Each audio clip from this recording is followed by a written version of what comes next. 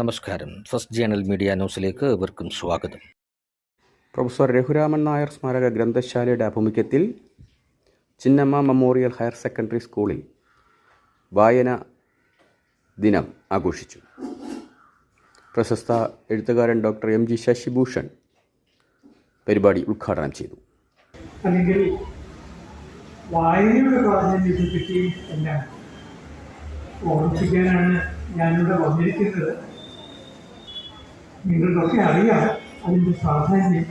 പക്ഷേ സ്വന്തം അനുഭവത്തിൽ കൂടി കടന്നുപോയ ഒരു മുതിർന്ന ഒരാളുടെ ഓർമ്മകൾ ഞാൻ പങ്കുവയ്ക്കാമെന്ന് വിചാരിക്കുന്നു. ഏറ്റവും ചുരുക്കിയ വാക്കുകളിൽ ഉറക്കെ വായിക്കുമ്പോൾ നാം അക്ഷരങ്ങളെ സ്നേഹിക്കാൻ തുടങ്ങും. ഉറക്കെ വായിക്കുമ്പോൾ നമ്മൾ വാക്കുകളെ സ്നേഹിക്കാൻ തുടങ്ങും.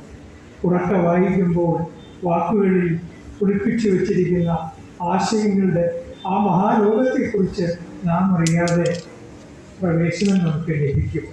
അതുകൊണ്ട് ഞാൻ വീണ്ടും പറഞ്ഞിട്ട്, നിങ്ങൾ ഈ പ്രായത്തിൽ ഉറക്കെ വായിക്കുക.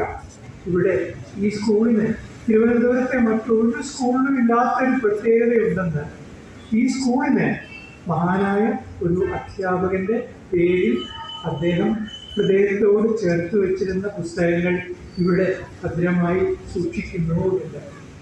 ആ അധ്യാപകൻ എനിക്ക് എത്രയോ വേണ്ടപ്പെട്ട ആളായിരുന്നു. മിസ്റ്റർ ലേഖ സ്വാഗതം പറഞ്ഞു. കുട്ടികൾ വായനാദിന പ്രതിജ്ഞ എടുക്കുകയും വായനാദിന പ്രസംഗം അവതരിപ്പിക്കുകയും ചെയ്തു. കേരള യൂണിവേഴ്സിറ്റിയിൽ 18 വർഷം അധ്യാപകനായി.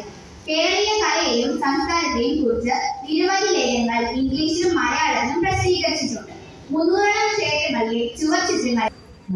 ലൈബ്രറി നടത്തിയ ഉപന്യാസ രചനയിൽ വിജയികളായവർക്ക് സമ്മാനദാനങ്ങൾ നടത്തി. ലൈബ്രറി സെക്രട്ടറി നീല അധ്യക്ഷയായി. സീനിയർ അസിസ്റ്റന്റ് മഞ്ജു കൃതജ്ഞത പറഞ്ഞു. ഹയർ സെക്കൻഡറി ഇൻചാർജ് സംഗീത ആശംസ പ്രസംഗം നടത്തി.